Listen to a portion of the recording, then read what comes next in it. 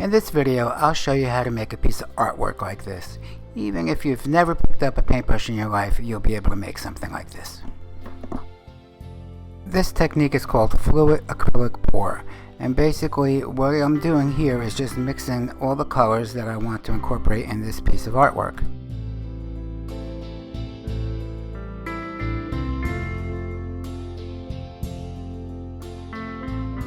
The next step is to cover your substrate with some paint. This will help the paint flow across the canvas.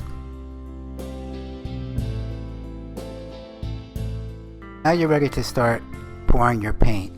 There's so many techniques in doing this. I'm going to be using a strainer. Pour the paint into the strainer and just swirl it around. Then take the canvas and keep swirling until it's completely covered. The hardest part is making the paints.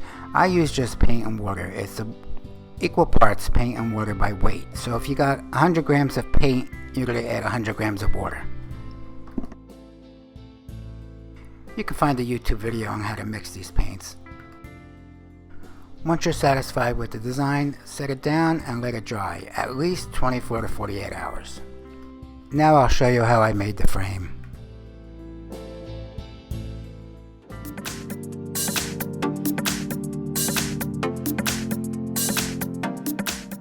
This wood once belonged to this chair. I cleaned it up on the planer and then cut it to size.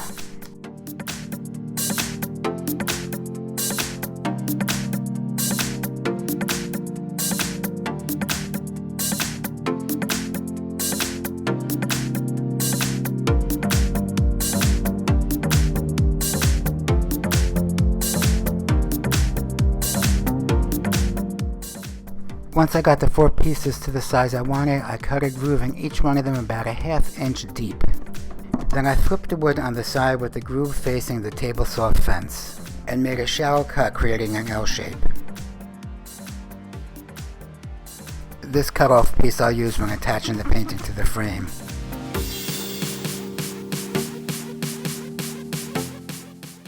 And now I'm marking where I have to make my miter cuts, and this is always a problem for me.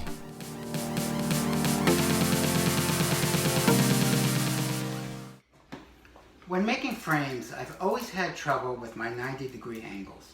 No matter how accurate I tried to be, my angles would never line up. So I made this miter sled. It's not my design. I'll leave the link to the YouTube video that I used to make it up here somewhere. If this is made and used properly, your 90-degree angles will be perfect every time.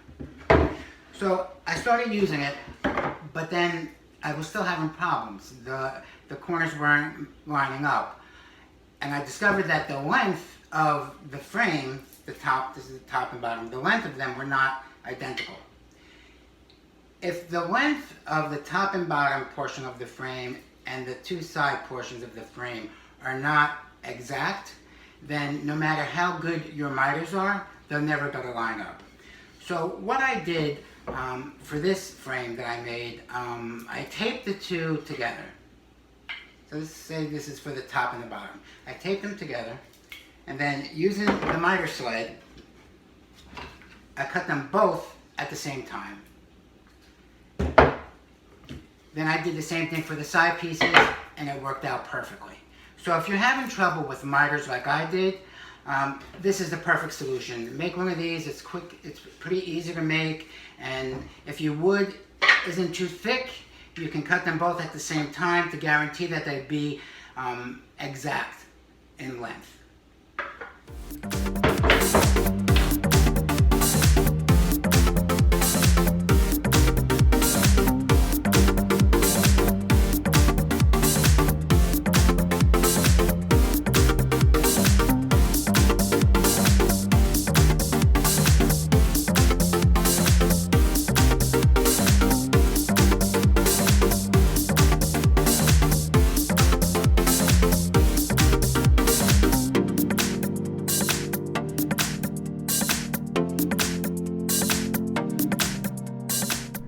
I'm pretty happy with it. So I'm going to put it together using some CA glue.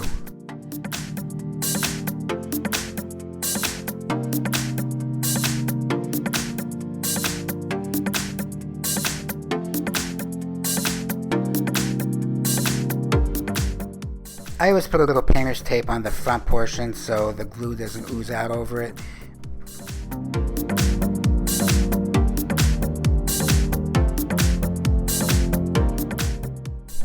And of course the dreaded sanding.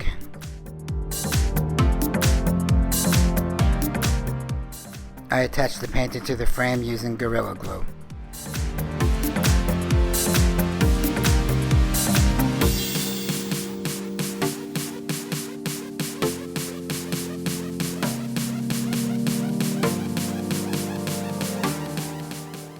Then I use those cut-offs to secure the painting to the frame.